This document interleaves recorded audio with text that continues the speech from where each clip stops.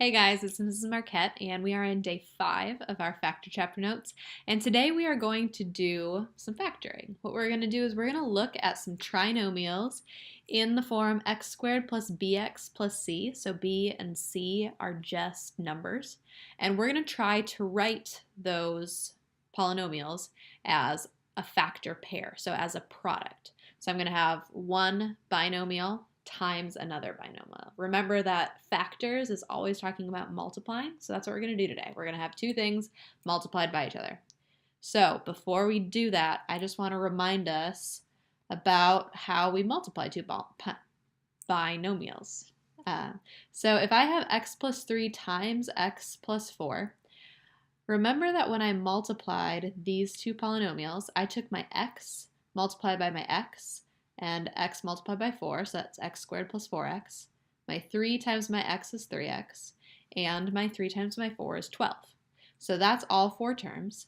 And then we looked for some like terms. 3x plus 4x is 7x. And that's how we got our final answer. Our goal today is to start with something like x squared plus 7x plus 12 and get back to x plus 3 times x plus 4. So if we look at what actually happened here, because I had an x and an x in my first two slots in those two factor pairs, I got an x squared. That's going to happen every single time.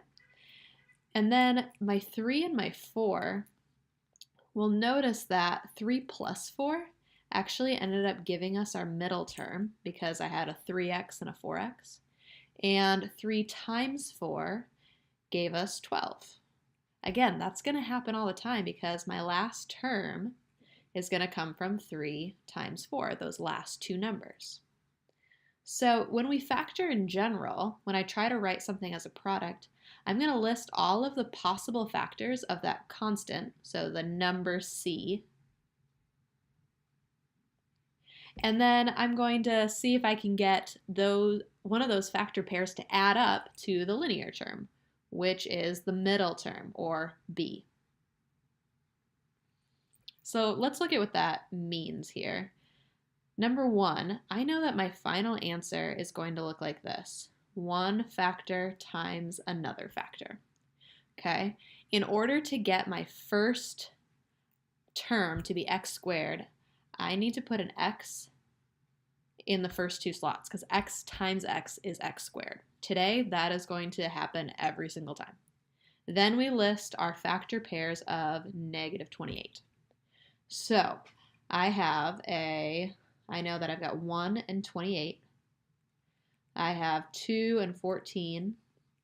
I have 4 and 7.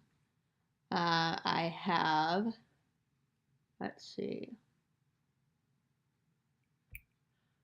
So I've got those three factor pairs. And now I want to see if I made like one of those positive and one of those negative, since I know I'll need a negative times a positive to equal negative, could I get any of those terms to add up to negative 12? And it looks like I could do that with a 12 and 14, specifically if I made the 2 positive and the 14 negative. So I'll have an x plus 2, x minus 14. I can just double check this just to make sure we did it right. X times x is x squared. X times negative 14 is negative 14x. 2 times x is positive 2x. And 2 times negative 14 is negative 28. Combine some like terms, I get x squared minus 12x minus 28, which is exactly what we started with, so we're good to go. We're going to call this kind of factoring add multiply factoring. We're always going to look to add up to the middle term and to multiply to get to that second term. If you forget which order it goes in, A comes before M in the alphabet. So we do add and then multiply. So let's do a couple more of these.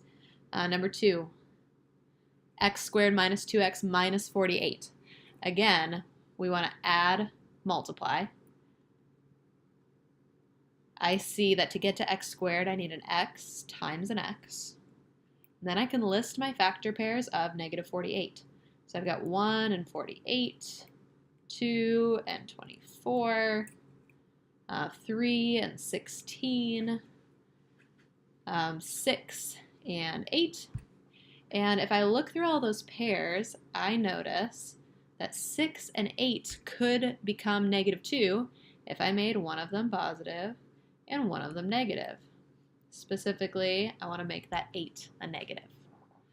So if I do plus 6 and minus 8, now 6 plus negative 8 is negative 2. And 6 times negative 8 is a negative 48. Negative times a positive is a negative. Number 3, I've got y squared plus 4y plus 3. Now when I set up my two parentheses, my two factors, I want my first two terms to multiply to y squared. So instead of an x and an x, I'll need a y and a y. But the rest of it's going to be exactly the same. I need to add, multiply. So I list factor pairs of 3, 3 and 1, and that's actually it. Okay? But I know that I can also get to a positive 3 by multiplying negative 1 and negative 3. So that's also something to just keep in mind.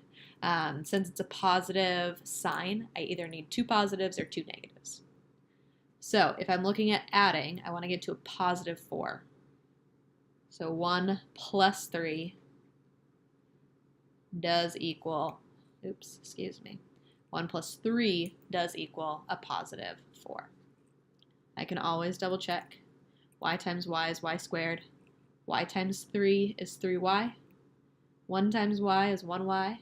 And 1 times 3 is 3. Combine your like terms, I get y squared plus 4y plus 3. So I know I've done it right. Looking at these last couple, I want you to notice your signs. When you have your constant sign as a negative, so over here in like number 2, negative 48, we knew that I had to have one of my numbers being positive and one being negative. That's going to happen every time you have a negative for that constant. But number 3, I had a positive. If you have a positive on your constant, you either have to have two positive signs or two negative signs, because a positive times a negative will always be a negative. Okay, number 4, add, multiply. I set up my two factors. It's an x squared as my first term, so I put an x and an x. And list your factors of 1. I've got a 1 times 1. Or really I could do a negative 1 times a negative 1. Either way, they have to be the same sign because I have a positive sign for my constant.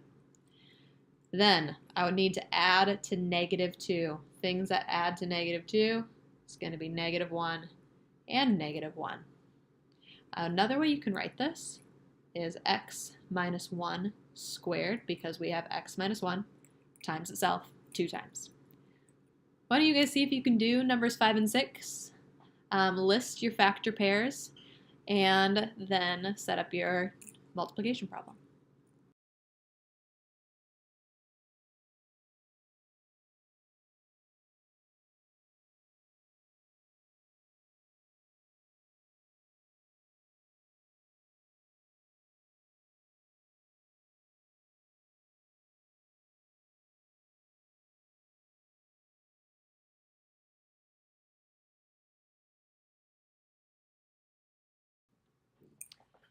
Okay, number 5, I wasn't super nice to you. This one's a little tricky.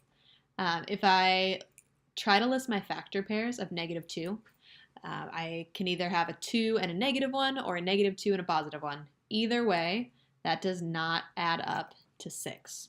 If that happens, we say that our polynomial is prime and we just can't factor it. The only way that I can write this as a multiplication problem is 1 times x squared plus 6x minus 2, which is the same as the original. But number 6, I actually can do some work. I get an A and an A, my first two slots. The factors that work are negative 7 and negative 4, because those two numbers multiply to 28 and add to negative 11.